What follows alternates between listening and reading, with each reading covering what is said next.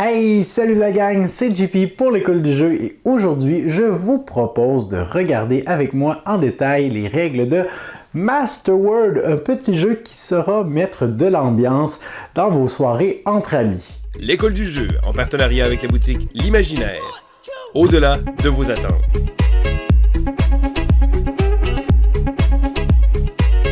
Nous voici donc devant Masterworld, ce jeu pour 3 à 6 joueurs qui nous a été gracieusement offert par Scorpion Masqué pour qu'on puisse vous en faire la présentation aujourd'hui. Donc Masterworld est un jeu 100% coopératif. Les joueurs, peu importe le nombre, vont travailler main dans la main dans le but d'atteindre un objectif commun. Toutefois, les joueurs seront divisés en 2 camps. D'un côté, nous aurons les joueurs, alors peu importe le nombre de joueurs, on donnera à chacun un certain nombre de cartes pistes prédéterminées ainsi qu'un marqueur et nous devrons également déterminer un joueur qui deviendra le guide pour cette partie.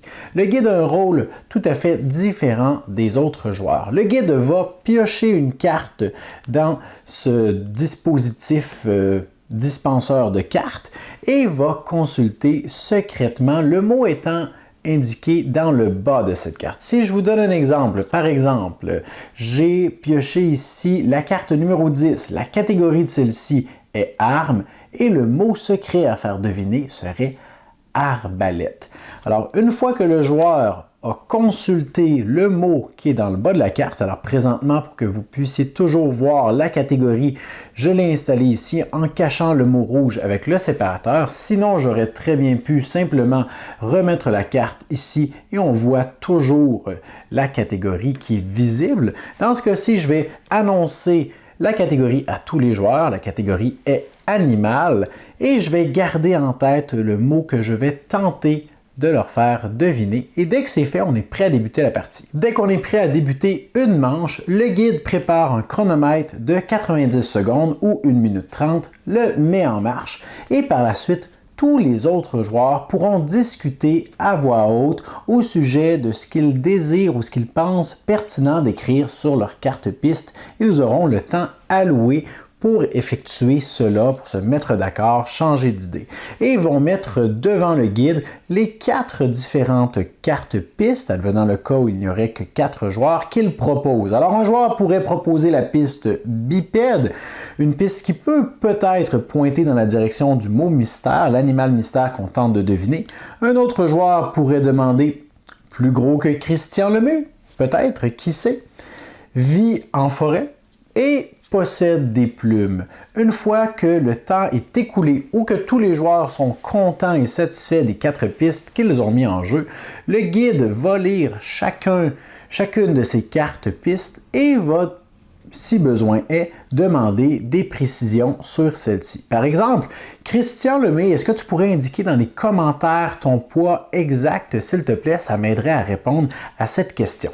Une fois que nous avons eu les éclaircissements nécessaires, le guide mentalement va se creuser la tête pour voir combien de pistes peuvent mener à l'animal mystère. Par exemple, avec ces pistes, je pourrais dire qu'une seule d'entre elles mène, selon moi, à mon animal mystère. Lequel ou laquelle de ces pistes? Eh bien, pour l'instant, on n'en a aucune idée. Le jeton ici indique seulement que une de ces pistes, selon le guide toujours, pointe vers la réponse. Et par la suite, on préparait un nouveau chronomètre pour préparer une deuxième manche où les joueurs, encore une fois, pourraient prendre leur carte piste, essayer d'éliminer ou essayer à la manière d'un entonnoir, de valider laquelle de ces pistes est utile. On pourra donc effectuer plusieurs manches, un maximum de 7. Éventuellement, ils auront certainement davantage d'informations, les rapprochant un peu de la victoire. Alors, un joueur qui a une idée concernant un animal, qui est convaincu qu'il a la bonne réponse, pourrait récupérer l'une des 3 cartes solutions et y inscrire le nom d'un animal. Par exemple, on pourrait dire un singe. Alors, si j'inscris singe ici, je vais l'ajouter à la suite des autres cartes précédentes qui ont été jouées. Les autres joueurs vont, comme d'habitude, proposer des pistes.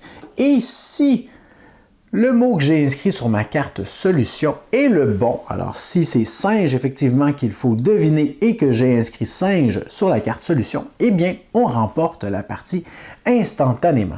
Par contre, si le mot qu'on essaie de deviner est inscrit sur une carte piste, alors quelqu'un a inscrit singe ici, mais n'a pas cru bon de prendre une carte solution, alors c'est le contraire, on perd immédiatement la partie. Si au terme de toutes les manches, les joueurs n'ont pas réussi à trouver le mot mystère, eh bien, on le dévoile et on se prépare pour une nouvelle partie pour essayer de battre notre record. À noter qu'une seule fois dans la partie, le guide peut essayer de donner un coup de pouce à ses compagnons de jeu en prenant un seul des jetons et en venant clairement indiquer lequel ou laquelle de ces pistes il avait en tête lorsque le jeton a été mis en jeu. Dans ce cas-ci, ça viendra peut-être donner un coup de pouce à mes compagnons pour les prochaines manches. Alors voilà pour ma présentation de Masterword. J'espère que vous avez apprécié cette vidéo. Si c'est le cas, laissez-moi un pouce vers le haut, laissez-moi vos questions, vos commentaires sous la vidéo et surveillez notre chaîne parce que probablement que dans les prochains jours ou les prochaines semaines,